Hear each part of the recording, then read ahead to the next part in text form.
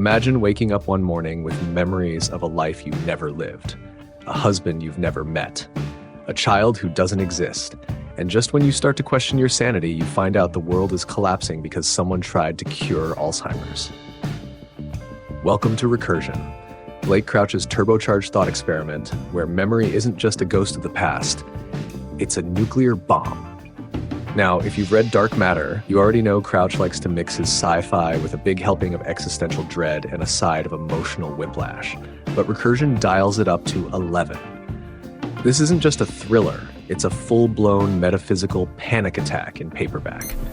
You might start it expecting a mystery about memory loss and finish it wondering if time is a flat circle, a loaded gun, or both. The story kicks off with a cop named Barry Sutton, who's investigating a spate of suicides linked to something called false memory syndrome. These people remember entire alternate lives, families, careers, tragedies that never actually happened, which is already disturbing enough before the book casually reveals that these aren't just hallucinations. They're echoes from alternate timelines that are bleeding into the present because, of course, they are. Enter Helena Smith, a scientist trying to preserve memories to help her mother with dementia. Noble goal, terrible idea. She invents a machine that lets people travel back in time via their memories. Yes, you heard that right, it's like a DeLorean powered by regret. Naturally, someone decides to weaponize it, because if there's one universal truth in science fiction, it's that the only thing faster than light is humanity's ability to ruin nice things.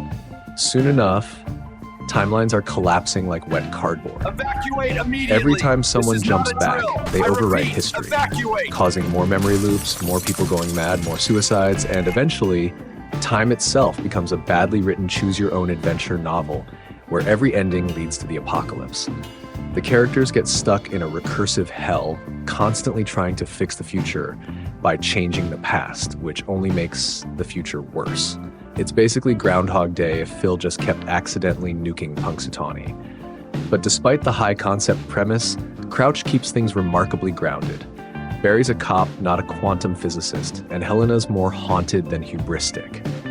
Their decisions make sense until they don't, and that's part of what makes it work. This isn't a story about saving the world. It's about trying to remember what the world was before you broke it. And let's not sugarcoat it, this book is bleak. There's mass death, existential horror, and enough temporal paradoxes to give Stephen Hawking an aneurysm. But what makes it bearable, what makes it brilliant, is that Crouch never loses sight of the human element. Beneath all the collapsing timelines is a simple, devastating question. If you had the chance to do it all again, knowing what it would cost, would you? The writing style is pure Crouch. Short, punchy chapters, lean prose, and pacing that feels like it's been mainlining Red Bull. It's cinematic without being shallow, emotional without being sentimental. Sure, some of the science is more magic than method, but let's be honest, if you came here for rigorous quantum theory, you're in the wrong section of the bookshop. Of course, the story isn't without flaws. There's a certain repetitiveness baked into the concept, and by the third or fourth timeline reset, you may start to feel like you have false memory syndrome. There's also a bit of an emotional fast forward in places where the plot demands a moment hits hard before you've had time to feel anything. But these are minor sins in a novel that's juggling trauma, ethics, memory, grief, and quantum spaghetti all at once.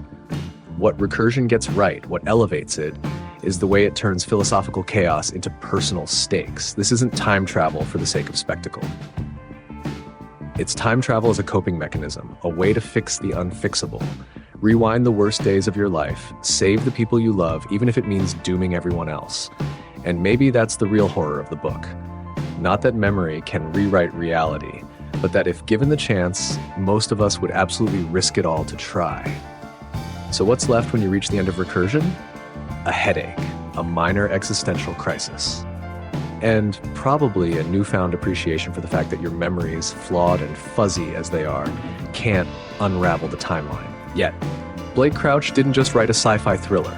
He wrote a warning about nostalgia, about grief, about the seductive lie of second chances.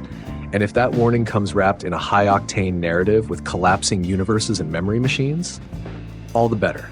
You'll come for the mystery, you'll stay for the metaphysics. You'll finish it and stare at the wall for a bit. Then, if you're like the rest of us, you'll immediately Google Recursion Explained and wonder why you ever thought Inception was complicated.